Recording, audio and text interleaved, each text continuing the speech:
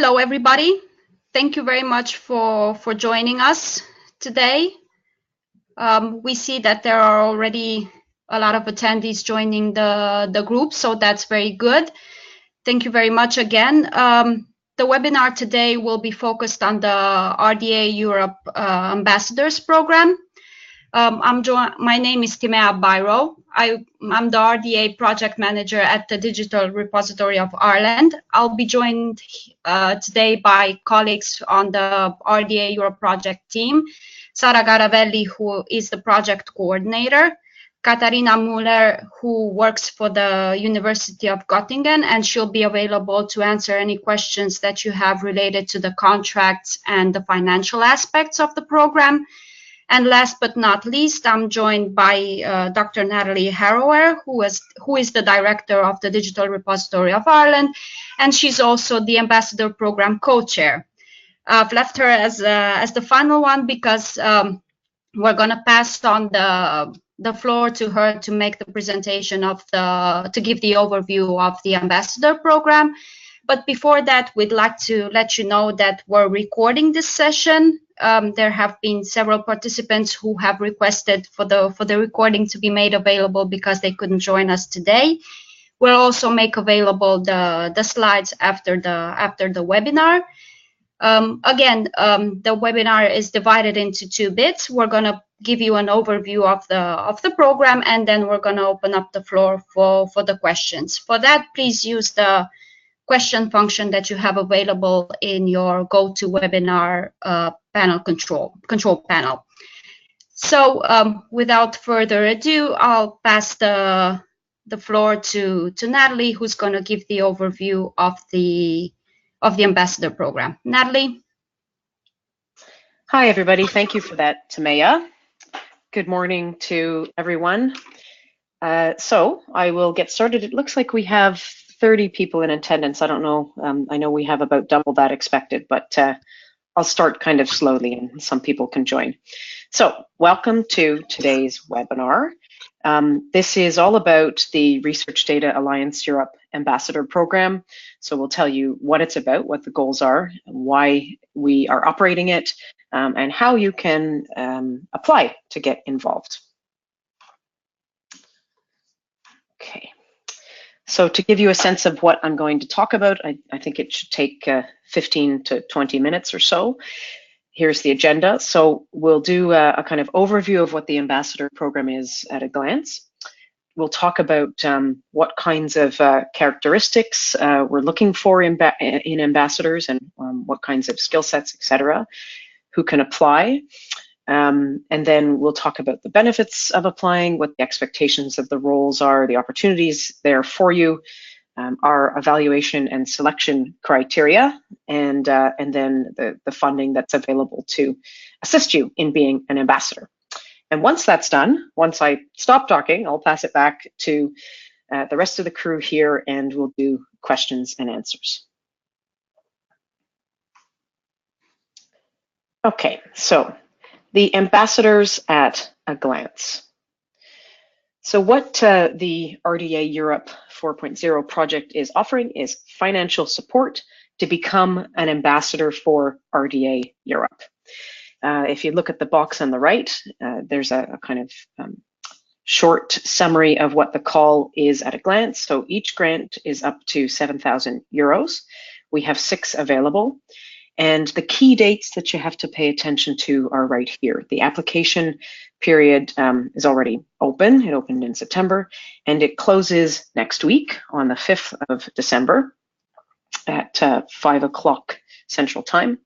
And then the notification of the results will be posted or sent out on the 15th of January in the new year.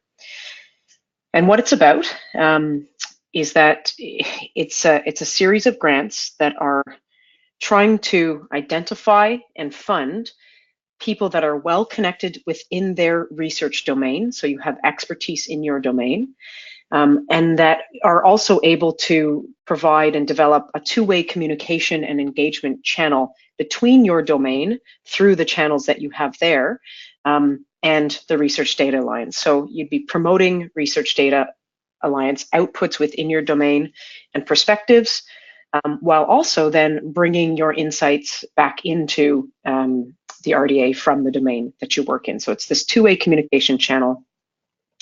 And at the bottom, you can see the link to apply, but that's named a couple of times in this slide. So as Tamaya said, you can see all of these slides afterwards, so you don't need to note anything right now. Moving on. Okay, so the ambassador profile. Who should apply? The question here is what are we looking to fund? What's the kind of role profile we think would best suit this position? So again, we want recognized domain experts and skilled communicators because you're going to serve as a conduit between RDA organizations and your wider domain-specific communities. And the ambassador is meant to be someone who knows their community well and is connected to those networks so that, in a sense, the Research Data Alliance can rely on you as an ambassador to be able to approach those domains, to know who to speak to get the message out. We're looking for people who kind of engage across different data communities and who are influencers, particularly in your domain.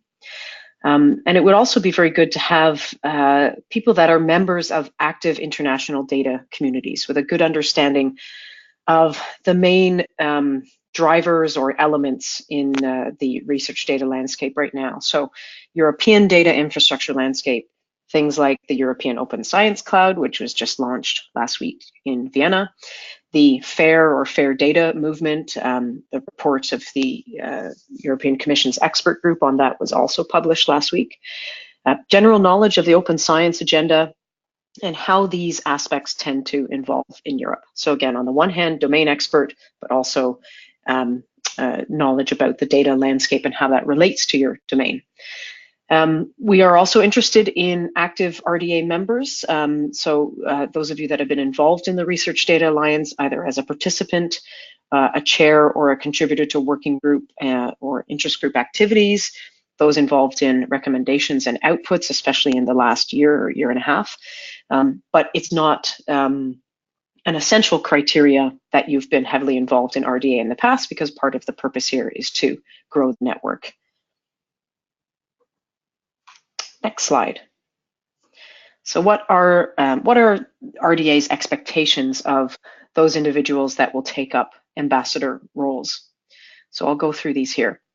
Again, facilitate communication, engagement, and uptake with data practitioners and organizations in your domain or discipline. It's very clear that engaging data practitioners, engaging researchers is an essential way to building these larger social and technical bridges around data sharing globally. So it works through individuals, but also through the organizations that are relevant to your domain. We'd expect you to talk to data practitioners. Communication skills are key, and organizations about the work of RDA to disseminate RDA information via your formal and informal channels through your discipline. And then also to reflect back from these groups, from these individuals, organizations, channels, etc., to inform the Research Data Alliance's future agenda. RDA is a continually evolving grassroots, ground up kind of organization. So this is another way of feeding into that agenda. And to make sure that input from your domain or discipline, your specific communities, is incorporated into the work of the RDA to shape what RDA is going forward. We would expect you to carry out this ambassadorial work according to a detailed work plan. You'd have to create that demonstrates the impact for the domain-focused community as well as for RDA. So I keep repeating this, but it's always going both ways. That's what we're looking for, is that conduit between. And you will have available to you the RDA communication channels to disseminate work. This would include presentations and webinars, training sessions, surveys, articles, reports. There's different kinds of things that you can create to do this work, and you'll have some support for that. The mandate as an ambassador, so when your starting date would begin as soon as the ambassadors are confirmed, the successful selection and appointment of ambassadors. And ambassadors will be supported in their work for the full duration of the RDA Europe 4.0 project. So this is a Horizon 2020 coordination and support activity that is funded by the European Commission. That's what the RDA Europe 4 project stands for. The purpose of supporting the work of RDA in Europe. And it ends at the end of May 2020. Now, ideally, we would like this work to continue beyond that. This helps to set up greater engagement for ambassadors between the work they're doing in their domains and the work of the Research Data Alliance, the goals of the Research Data Alliance. But that would be the funding period. Okay. So that's what we would expect from ambassadors. So I guess the next step is, let me just make sure I didn't miss a slide. Oh yeah. What are the benefits to becoming an ambassador? We think there are multiple benefits to this. They provide opportunities for you to grow your network. They give you a real impetus to grow that network, to collaborate with like-minded people and organizations, with the idea that this would increase the impact of the work you're doing. It's meant to be of benefit to this greater effort to align disciplinary practices with best practice in data management and sharing. So the hope is that it would do that as well. It also provides you with opportunities for professional growth and recognition, and a real kind of way and channel to staying updated on what's happening with European research data policies, as well as global practices. So you'd be working again for the Research Data Alliance Europe, but that is one component of the larger RDA Global that exists, and they are connected. So this does provide a kind of international platform, even though the focus of your work would be in Europe. Of course, you get financial and operational support for your ambassador work. So there's a whole program that RDA Europe is running to support ambassadors. Timea, who introduced everyone at the beginning, is one of the people heavily involved in that. So you wouldn't be thrown out there on your own. There'd be a lot of support and materials and that sort of thing to help you in your work. That would include things like ambassador certificates, badges, official acknowledgements. So it gives you an official calling card to work on behalf of the RDA within your discipline. And I think that's a very important benefit, because RDA, has been listed as an essential element of the open science agenda in Europe and EOSC going forward.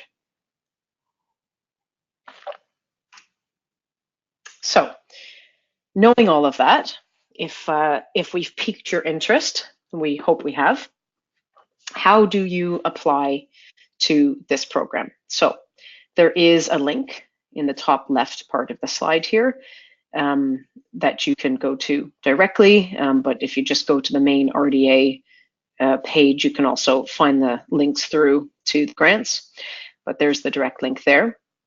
And if you go to that link, you'll see some of the images that are in the box on the right there. And what it will provide you with is all the details of the call. So again, the types of things that I've spoken about already, the eligibility criteria, etc.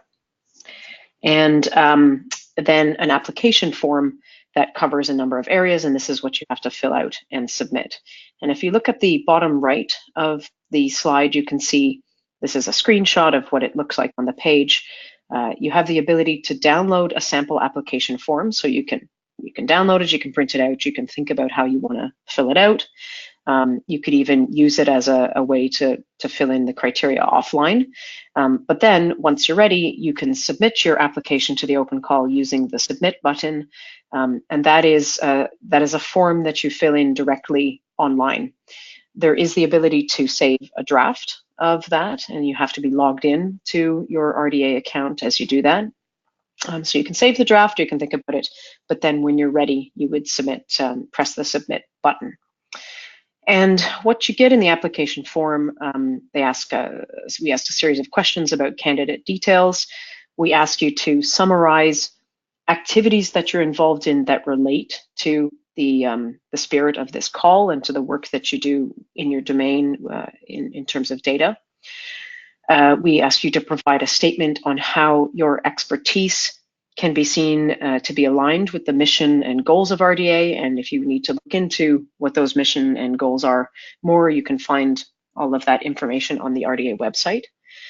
Then we ask for a statement that details your wider engagement, so specific questions about the work that you do, but also how does this connect more broadly to some of the networks that I mentioned earlier in the webinar.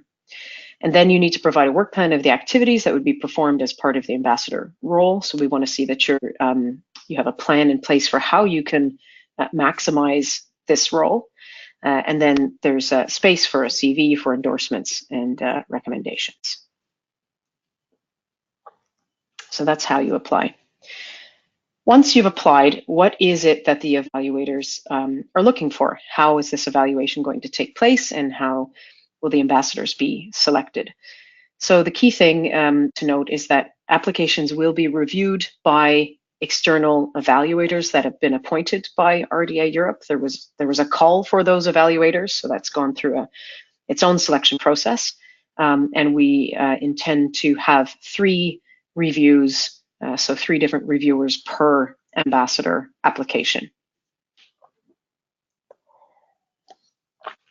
Sorry, I'm sipping my water here. Here are the criteria that your application will be assessed on, and we've also given the weighting, so this gives you a clear sense of where you need to put your energies when you're creating your application. 20% of the evaluation will be on your profile and the summary of the previous and current activities that you do as an influencer or representative of a domain-specific community. Then 15% goes towards the statement of how your expertise and your work with data and the data community in your discipline is aligned with the mission and goals of RDA. So the first one is really about the work that you do and how you can influence. The second one is where you need to demonstrate how this fits with the aims of the Research Data Alliance. The third one, another 15% is allocated to this. This is a summary of previous and current activities that demonstrate your involvement and contributions to RDA-related activities. So this is where there's a benefit if you've been involved in RDA in the past. The reason we've put this as a criteria is that there certainly is there is a benefit to having been involved in RDA, because then you know what the mission is and the goals. But we haven't made that criteria too high because, again, we're trying to expand the network as well. The largest apportioned criteria in the evaluation is the work plan of activities that you would perform as part of your ambassador role. You should include KPIs, so key performance indicators, for the activities that support what you're going to do and allow the impact to be measured in some kind of way. And then the last 15% is allocated to assessing what you explain as your wider engagement with other initiatives or national activities that are related to this general data landscape. So belonging to aspects of the European data infrastructure, such as the EOSC or work that you've done with that, the FAIR movement, or other related initiatives on defining and implementing the open science agenda at national or European levels. So this is a way to help you demonstrate and to help the evaluators assess concretely your connections to these areas of influence at a sort of larger national or European scale. And then the evaluations will also consider some balancing criteria to make sure that we try to establish a diverse group of ambassadors and diverse across a range of different criteria. So we want to get as wide a swath of domain representatives as possible. So, you know, the intention is to not build too many in the same domain, but to spread that widely. Also to look for a very good geographical balance in the ambassadors, because RDA is, again, across Europe, and we want to reach all parts of Europe, and also gender balance criteria. The financial contribution. Okay. So as I mentioned at the beginning, the Ambassador Program offers up to 6 grants to a maximum of €7,000, and that's in the first wave. of our granting, and this can support your work time, travel, and other direct costs. And the mechanism for this financial contribution is that ambassador grant recipients will be contracted with the University of Göttingen, and that is the financial mechanism that has been approved and worked out for the RDA Europe project for this series of cascading grants that we have. What are the eligible costs? So as I mentioned, working hours are eligible and you have to record those in timesheets. So getting a good timesheet in place at the beginning is essential. And then travel costs. So this can include flights, trains, and public transport to attend meetings. And of course, this is publicly funded funds. So it's important that you try to keep those costs down, use economy fares, etc. Hotel accommodation where necessary, and the maximum rates for a hotel depend on the destination, and there are details that we can provide you on request for this, sort of charts that talk about what the maximum costs are per location. And again, ideally, you only use that accommodation if you can't stay 3 nights if you have a 1-hour event, that kind of thing. Conference fees where applicable. And taxi costs are eligible if public transport is not available, and you have to make a note around that. So those are the kind of key costs that we expect, but other direct costs could be applicable as well. So if there are costs for organizing an event, for printing dissemination material that you want to use. And now we come to the last slide. I'm not actually sure how long I took, but I think that was on the shorter side. So further information on this program and on the Research Data Alliance and contact information is on this slide.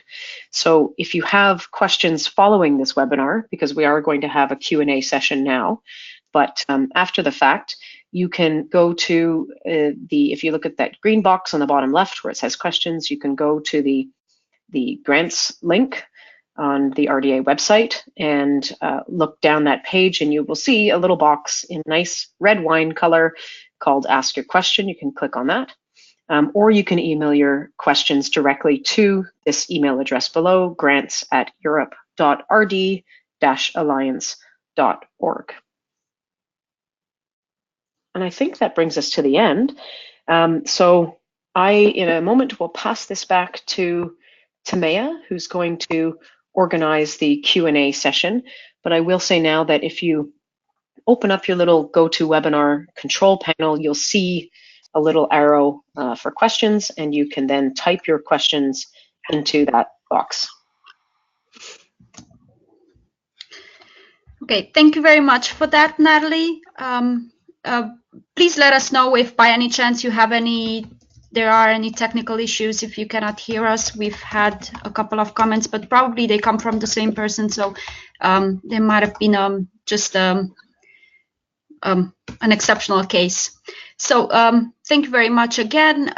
We're looking to answer the questions that we are receiving, and we have received one from Sean. Thank you, Sean. He's asking about whether we can get access to whether the ambassadors can get printed RDA materials without adding additional costs to their basically budget of the grant. So we do have materials available that we can share with the ambassadors, but they should be in a limit that we can agree upon with the candidate. So yes, according to the budget that we have available for the grants and the dissemination material inside the project, we can facilitate as well extra dissemination material without additional costs. We have other questions. So we're gonna try to. Okay, is your target audience the European community? Tuelo, I think, is interested to participate in Africa and Botswana. So the plenary organized in Botswana has passed. So if you can give us a little bit more information about what you actually mean with limiting it to the European Commission, we'll try to the European Community. We'll try to answer your question. Yes, though, in general lines, the European Community is our target audience, but we're trying to as well fit the ambassador program into the general vision and objectives of RDA Global. Fabrizio Gagliardi, hello Fabrizio, is asking us if the questions are only through the chat. Yes, by default, the GoToWebinar participants are muted, so please type in your questions. We'll be happy to answer these. Daniele Bailo is asking if we're going to provide a timesheet template and how we'll deal with probably their administration in filling in these timesheets. I don't know, Katerina, can you let us know if there's a template that Göttingen would like to share for the timesheet administration? Yeah, we will deliver a template at the point of contract. Okay, so that sorts the question about that. And of course, there's always room for a little bit of negotiation. So trying to align different practices with the Göttingen ones. So different practices from the organizations that you're coming from, and the ones that are practiced at the University of Göttingen. So we'll try to make it work. There will be templates, but we'll try to make it work in a way that is seamless and will not bring on extra effort. Marta Teperek is asking us about the domain-specific communities. Thank you very much for that question. So basically, the objective of the Ambassador Program was to support the Research Data Alliance in its challenge to address research data stewardship from different domain perspectives. But that doesn't mean that it's locked to specific domains, in the sense that we're also looking for ambassadors that are addressing horizontal topics such as, I don't know, PIDs, data citation, data stewardship in general, fair data. So feel free to submit an application if you're looking to work in a specific domain and with a specific topic.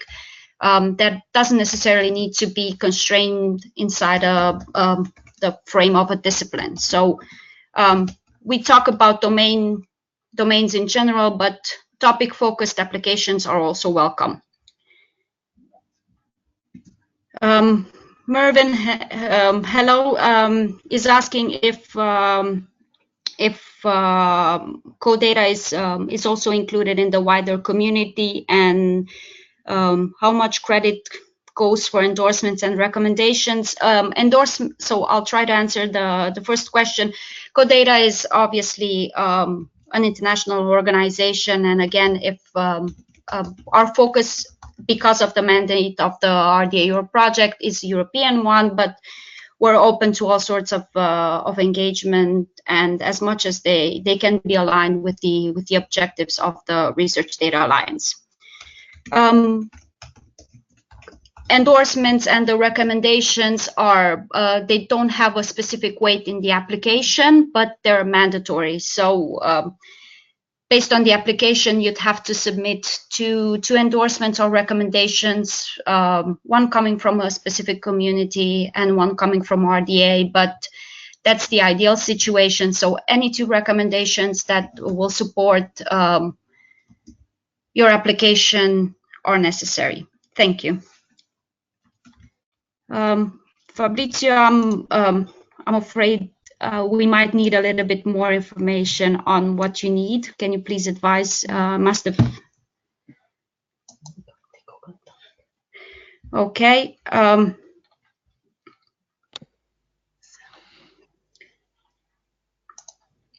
So let's pass on to the next one. Is the reimbursement based on receipts? Yes, Sean, the reimbursements will be done based on receipts. There's a detailed list of how the different costs that are eligible. They're on the website on the call grants form. Please feel free to check those, and if the information is not clear, you can contact us, and we'll try to answer any questions if anything is unclear.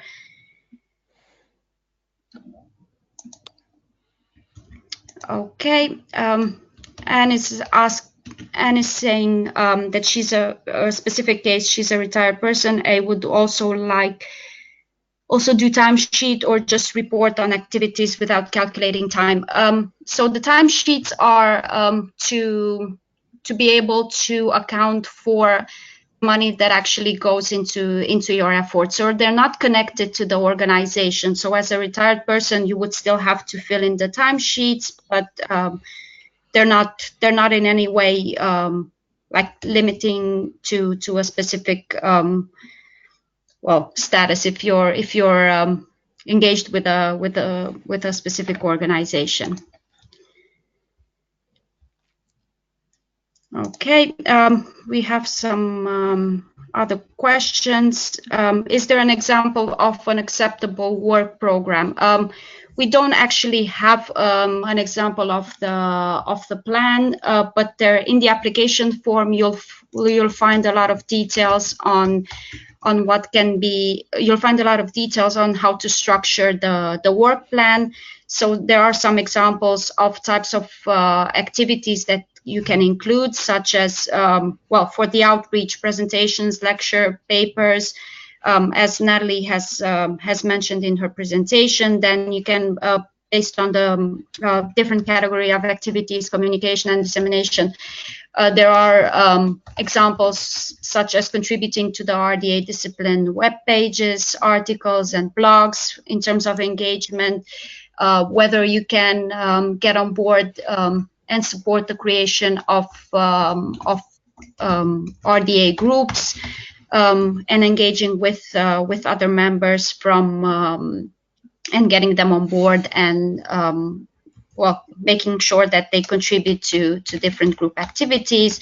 Training is also another type of macro activity that you can include in the work plan.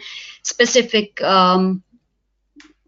actions that are more related to the adoption, such as maybe identifying adoption cases or supporting their development or generating adoption stories. So you can find all these details in the actual application form.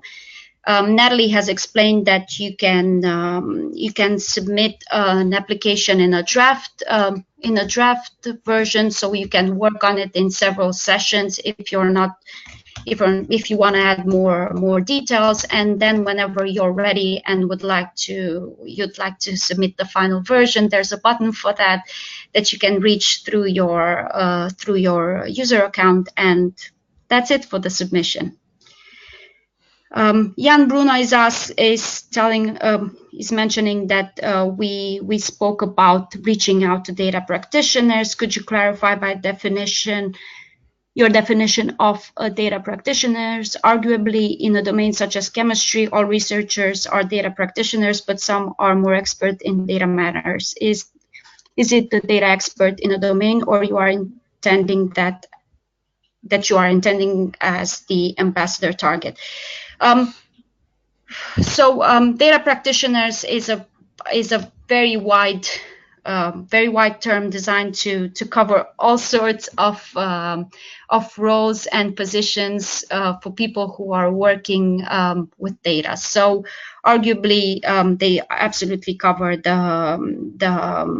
the people, for example, in the domain that you mentioned, who are either working with data for the benefit of their discipline, or are more expert on the specific data. So maybe some of the terms are data stewards or are data researchers. So basically, it's as wide as it goes, as long as obviously they have input and can help with a wider engagement that is designed through the program.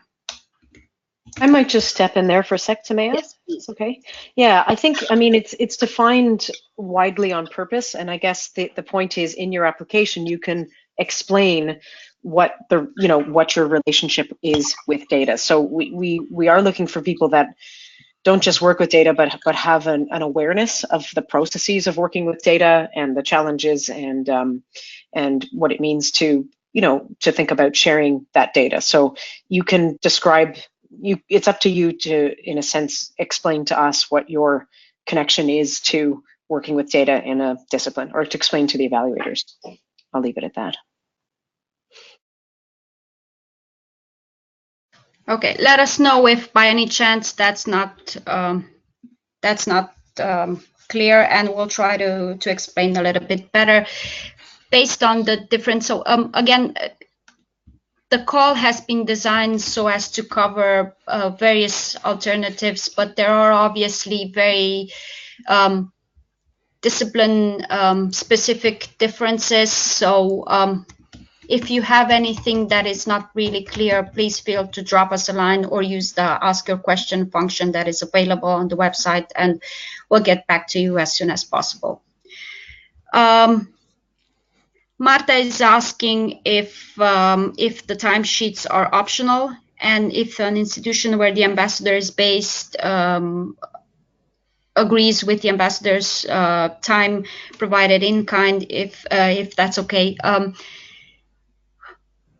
Timesheets are not optional, so they should be included because it's the way that that the reimbursement is done by Göttingen. So if you want to add some more details on that, Katarina, to the best of my knowledge, they're not optional. Yeah, I can maybe broaden a bit on the timesheet. So we have these 3 cost categories that are eligible for funding. That's work time, that's travel costs, and other costs. However, it does not mean that you have to fill in all 3 categories. For example, if your institution says, well, we give this time you spend as ambassador as in-kind contribution, it's covered through your salary, that's fine with us. You can use the grant for travel costs or for other things, for other costs within the ambassador program. So in that sense, in that case, you do not need to fill timesheets. However, it would be interesting for us to know how much time you spend. So we do not need to know exactly by the minute and by the euro amount for your work time, but we like to have a general idea. Same the other way around. For example, if you say, from my institution, we have a large travel budget, so I do not need the grant to attend the plenary meetings, but I would like to put more into working hours. Same way thing, fine with us. Just in general, if you're located in an institution and you want to apply for it, for the program, I would really advise to check with your management, with your administration, if there's any constraints in it. So if they say, well, we can do one category of costs, but not another, that would be really helpful, I think, to check beforehand.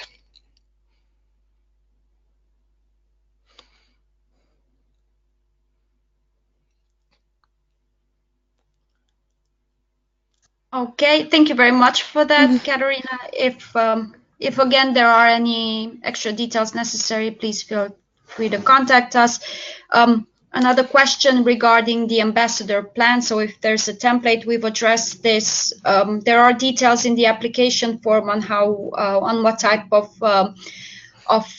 activities you can include this. There's no constraint, so there's flexibility in that. Please feel free to make the best plan based on the community and the topic that you're addressing. Can we give an indication of how much time we anticipate for the ambassador to devote to their work, and is there a fixed hourly rate time charged against the grant. There is no fixed hourly rate, but there are the European Commission references that you should be looking into that for how time and hourly rate is calculated. Again, there is no limit on how much time we anticipate. We hope that this would be something that you would clarify in your application. So how much of the actual grant will be spent on efforts or work, time. If you have extra costs that you'd like to include, look at the different costs that are eligible and are listed on the website. In case you need extra clarifications during the writing, again, you can use the Ask Your Question function on the website or contact us at grants@europe.rd-alliance.org. It's the email address and the information that Natalie showed on her final slide. Daniele Bailo is asking if there are any RDA ambassador meetings envisioned. Yes, we are planning to have calls to help coordinate the work of the ambassadors as well as face-to-face meetings. The idea would be to bring together the ambassadors from the different disciplines to allow them to share best practices and help them in their work. There's going to be, as Natalie mentioned in her overview, operational support that we will be giving the ambassadors, either through dissemination material that we can help with presentations. There are going to be an ambassador pack, training and support pack. So there are several resources that we envision to provide so that the ambassadors are in the best position to do their work. Jan is asking what support can RDA Europe offer to help develop an impactful plan to reach out to a specific domain. So we can provide you with guidelines on how to develop this plan, but we are hoping that with your insights in your specific domain or topic that you address, you would be in the best position of building this impactful plan. We can give you generic guidelines that are relevant across different disciplines and maybe best practices, so success stories that we have seen so far through the work of RDA, but the plan itself should be built by the ambassador. Paola is asking if the ambassadors would be regularly updated on the RDA outputs from the working groups. Yes, it's going to be obviously one of the topics that will be can be addressed in the coordination meetings that we have, and there will be several communications as well going out to the different ambassadors to help them align. So yeah, we're planning not only updates on the RDA outputs, but more generic updates that will be useful for the ambassadors.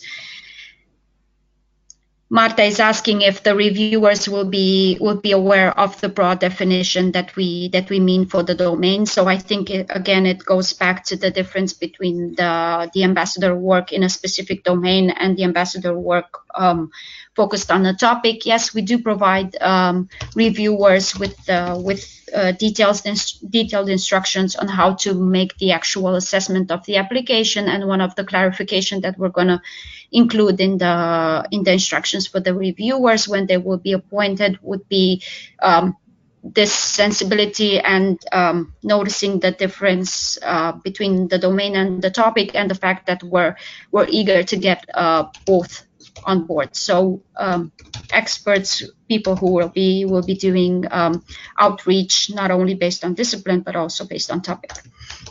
Anna is asking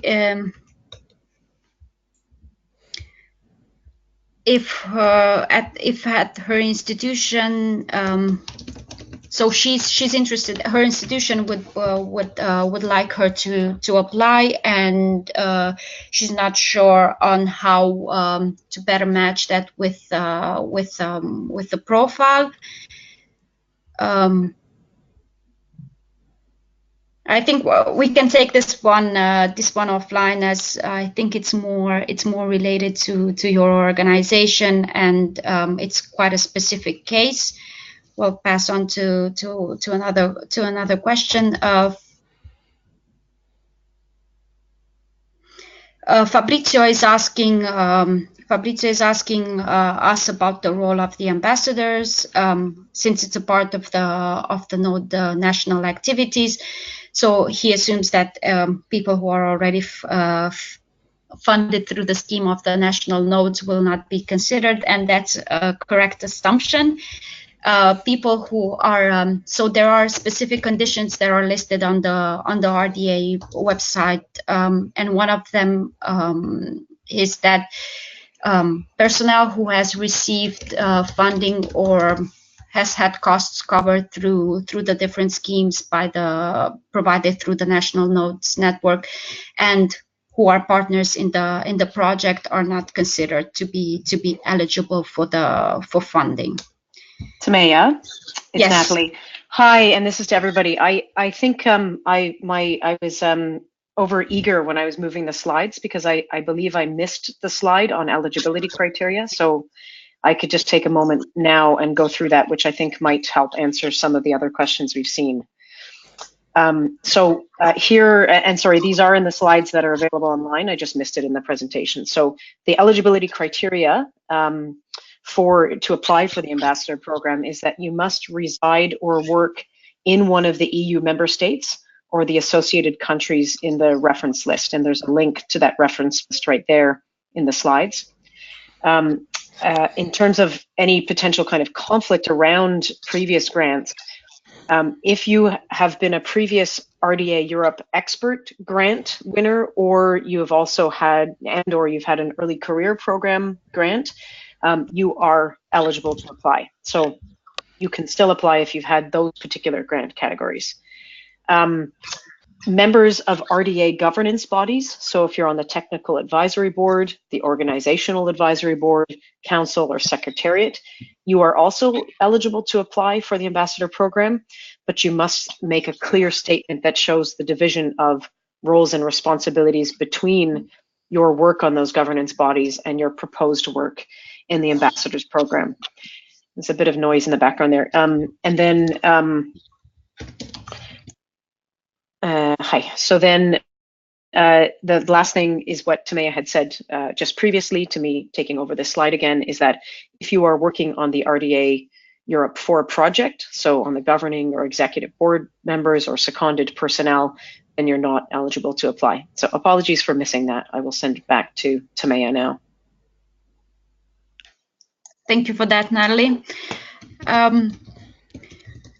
Daniele is asking if the ambassadors will be evaluated or will have to report on their work. Yes, so there will be, when the grant will close at the end, you will be asked to provide a report on your work.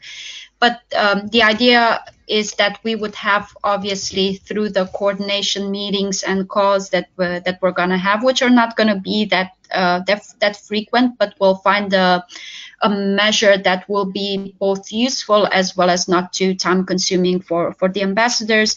So through these meetings, we're going to provide and we're going to exchange periodic updates, and there will be a sort of an informal report on the work that you are doing, but there will be a final report as well when the grant will be closed. Mervyn is asking how frequent these administration and coordination meetings there will be, how frequent these meetings will be. So again, we'll try to find a good measure that will not be too time consuming, but will be helpful and will be good timing for the updates that will be necessary. We're thinking one call every 2 months and 2 face-to-face meetings for the full duration of the project. But then again, that's not carved in stone. We'll try to consider all the opinions and the input that will be coming from the ambassadors. Jan is telling us obviously that a lot of the data activities and engagement opportunities in some domains are international and take place outside of Europe and target a global audience. Would the involvement in these be covered by the ambassador program and grant? Yes. So if again, the program is meant to support the RDA engagement activities and the global vision that RDA has. It is focused on Europe because obviously the financial support comes from the European Commission, so we have to be sensitive on that. But if a specific activity fits into makes sense and fits into the global picture, and it will bring benefits, and you see great value in that, please feel free to include it in your work plan. As long as it's well justified, there should be no reason for the grant not to cover it. Interdisciplinary and cross various domains is to be underlined, I assume.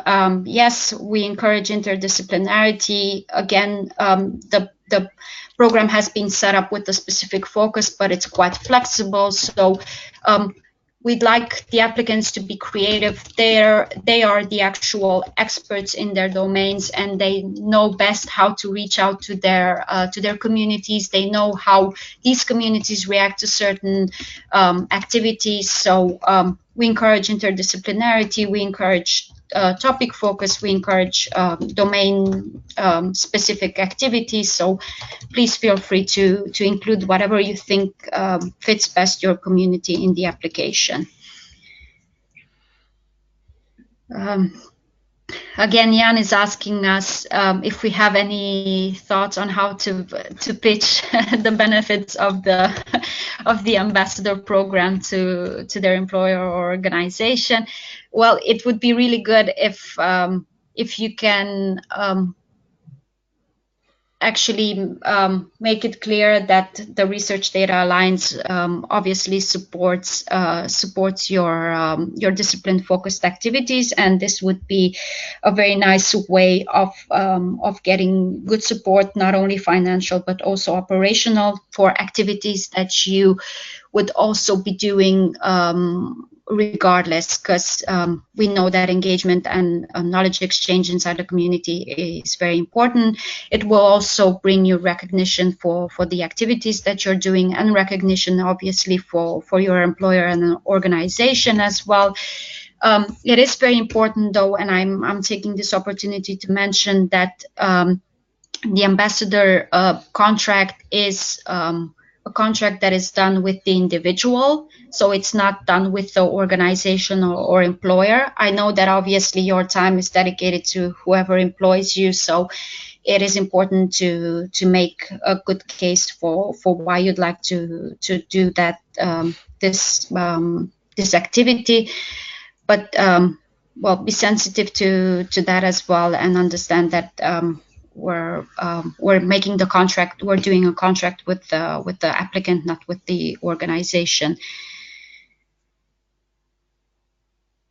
Yes, and obviously, just to add another point to that, we obviously believe in the work that RDA is doing, and it has developed channels of engaging not only individuals but also the organizations, and one of the key activities are built around the adoption of the RDA recommendations and outputs. So that can be an extra benefit that you can pitch to your employer, as well as the visibility in the more general European infrastrucures and infrastructure landscape, and within the activities that are currently running also under the European Open Science Cloud. Does Brexit affect eligibility? Well, we don't have actually anything outlined for in terms of the Brexit, but not for now. So it's business as always. So we'll see if there are any specific rules that we or requests that we receive from the European Commission. But for the time being, it is open for all UK applicants. Okay, I think I might have missed the question. So Paola Quattroni was asking earlier if there's a minimum of number of working hours expected. No, there is no limit, as I've mentioned. And I think she was also asking whether traveling and registration costs to attend the RDA conference and meetings are going to be covered. It's obviously one of the costs that are eligible. Yes, it's one of the things that you can include in the application, if that's well, what you'd like to focus your work on.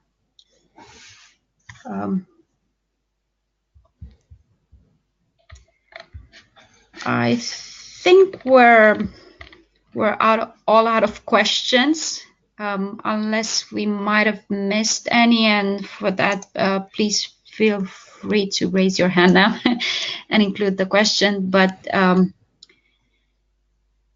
yes, thank you everybody for joining. Again, I remind you the two ways that you can get in touch with us offline.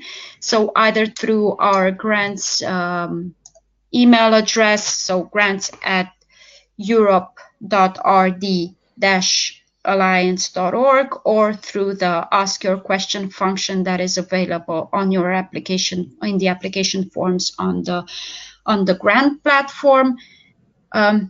We look forward to a lot of the applications. Again, there are so many details that need to be clarified, but we're open to answer any question. Hopefully, it will support you better in the application, and well, we'll get you on board for the ambassadors program. Thank you again, all, and well, looking forward to the applications. Thank you also to Natalie and to my colleagues who were available to support in answering your questions. Goodbye. Thanks, everyone. Bye.